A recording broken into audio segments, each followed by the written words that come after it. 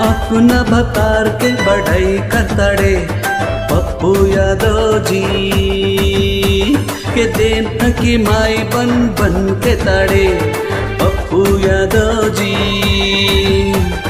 दूसरा के धन पे बोल बोले ताड़े, दूसरा के धन पे बोल बोले ताड़े पप्पू यादव जी। फेमस हो गए जी, हाँ फेमस हो गए जी। अपना भतार के बढ़ाई करताड़े पप्पू यादव जी के देन की माई बन बन के ताड़े पप्पू यादव जी। दूसरा के धन पे बोल बोले ताड़े, दूसरा के धन पे बोल बोले ताड़े पप्पू यादव जी। फेमस हो गए जी, हाँ फेमस हो गए जी।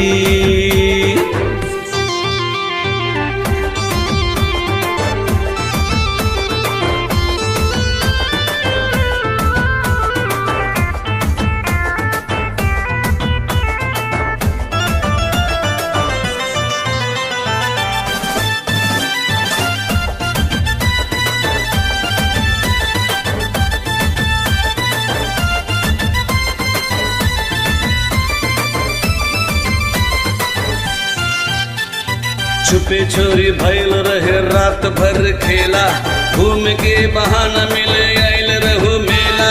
वो करे भी हल हकी लेके ढो ताड़े पप्पू के देन हकी भाई मन ताड़े।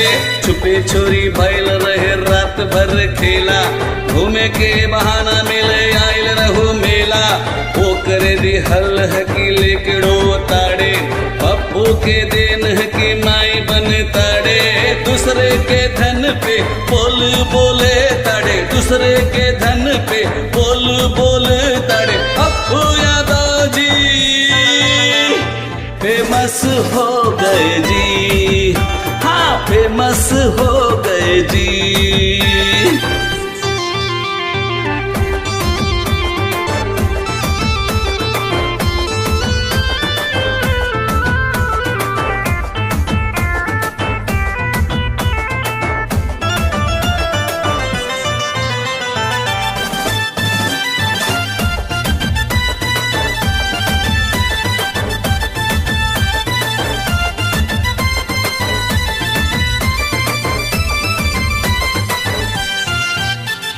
मुन्ना यादव जे पोल खोल देही, तोरे बलमवा तोरा छोड़ देही।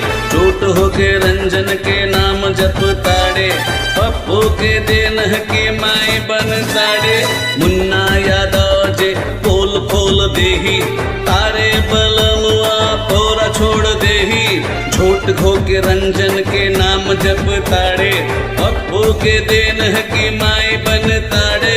दूसरा के धन पे बोल बोले ताड़े, दूसरा के धन पे बोल बोले ताड़े पप्पू यादव जी। फेमस हो गए जी, अजी फेमस हो गए जी। अपना भतार के बढ़ाई करताड़े पप्पू यादव जी के देन की माई बन बन के ताड़े पप्पू यादव जी। दूसरा के धन पे बोल बोले ताड़े, दूसरा के धन पे बोल बोले ताड़े पप्पू यादव जी। फेमस हो गए जी, हाँ हाँ फेमस हो गए जी, हो गए फेमस हो गए जी, अजी फेमस हो गए जी। टिरिडिडिडिडिडिडिडी, हाँ हाँ टुरुडुरुडुडुडुडुडु। फेमस हो गए जी, अरे फेमस हो गए जी, फेमस हो गए जी।